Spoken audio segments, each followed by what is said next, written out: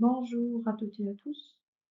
C'est Dr Garès, enseignante au département de biologie appliquée de l'Université Frères Musoli Constantin 1. Dans cette vidéo, nous allons voir ensemble le contenu de notre atelier étude de la croissance de Saccharomyces cerevisiae, passage à l'échelle par fermentation en bioréacteur.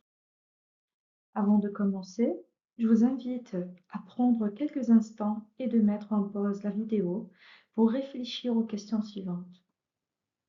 Ces questions vont vous permettre de mobiliser vos connaissances et de vous préparer à la partie pratique. Donc, à quoi sert un milieu de culture? Quelle est la différence entre phase exponentielle et phase stationnaire?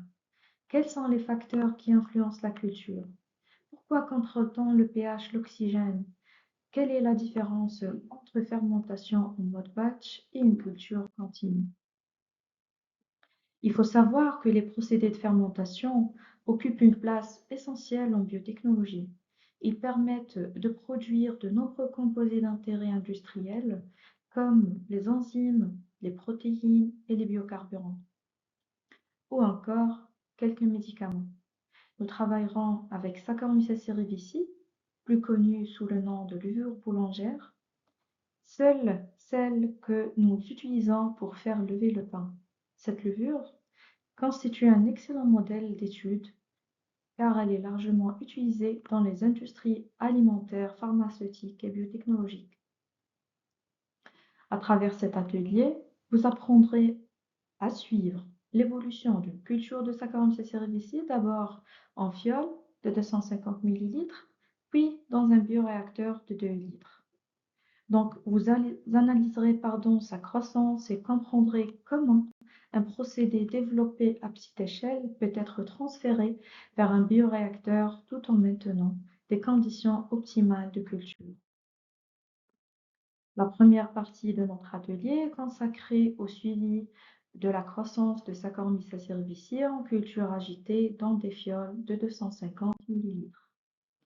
Donc, nous allons commencer par la préparation du milieu YPG, la réalisation de la préculture, ensuite l'inoculation des fioles, puis l'incubation des cultures dans un incubateur agitateur afin d'assurer une bonne oxygénation.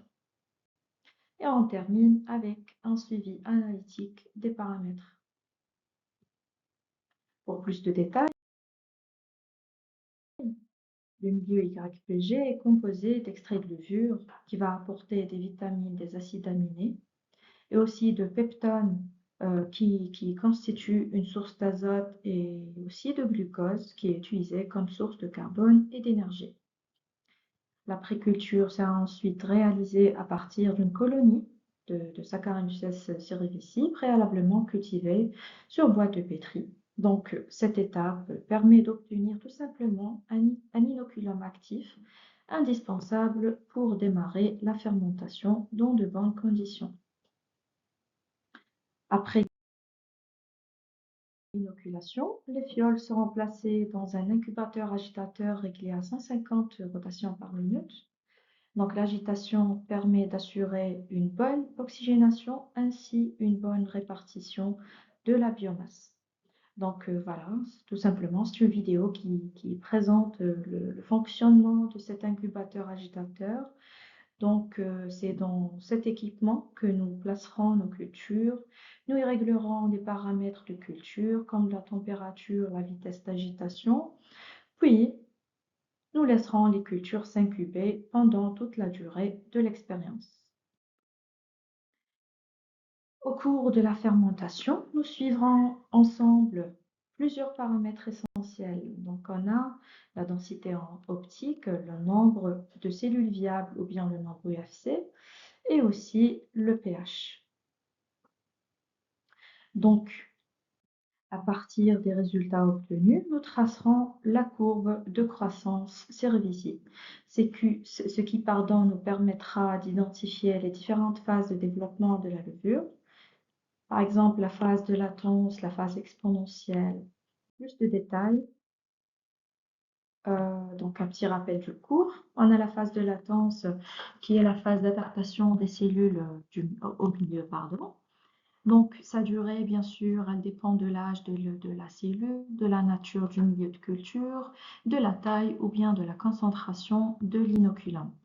Ensuite, on a la phase de départ qui représente, pardon, le début progressif de la phase de départ.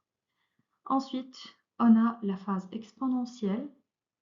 Là, on a le taux de croissance maximal est constant, la vitesse de croissance aussi est maximale.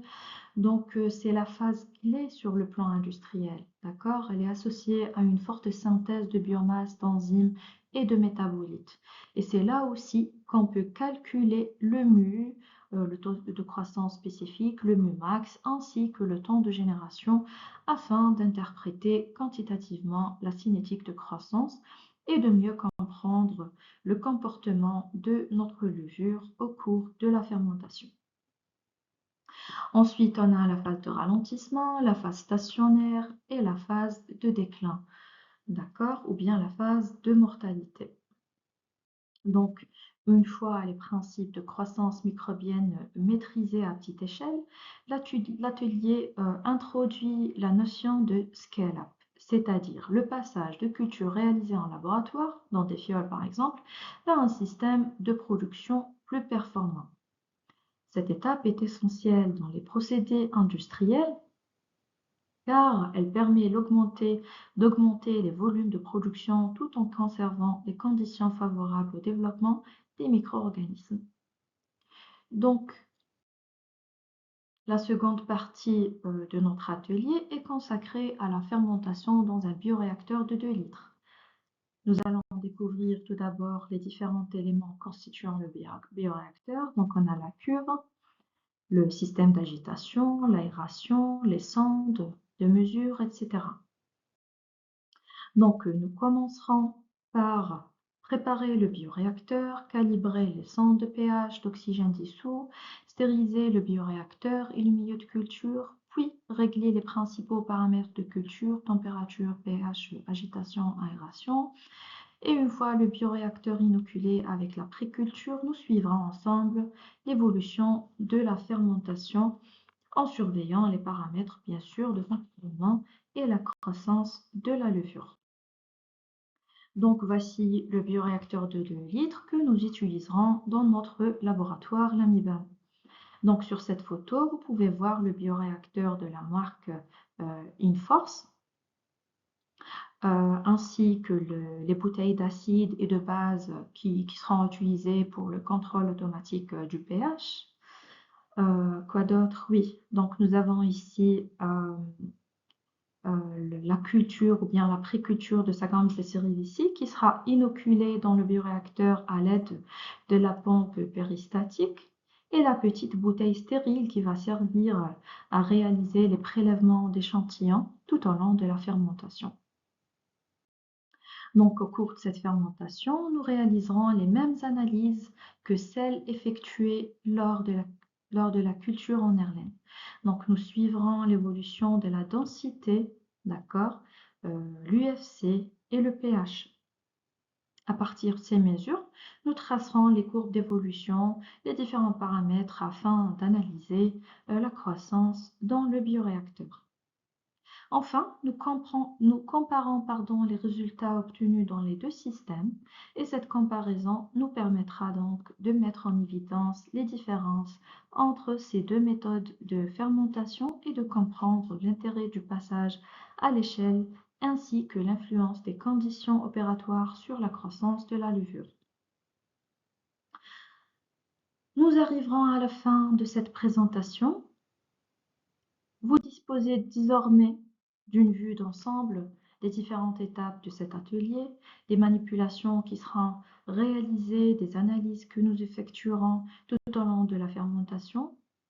Et avant de commencer, je vous invite à consulter les ressources pédagogiques mises à votre disposition et à revoir les notions essentielles abordées dans cette vidéo.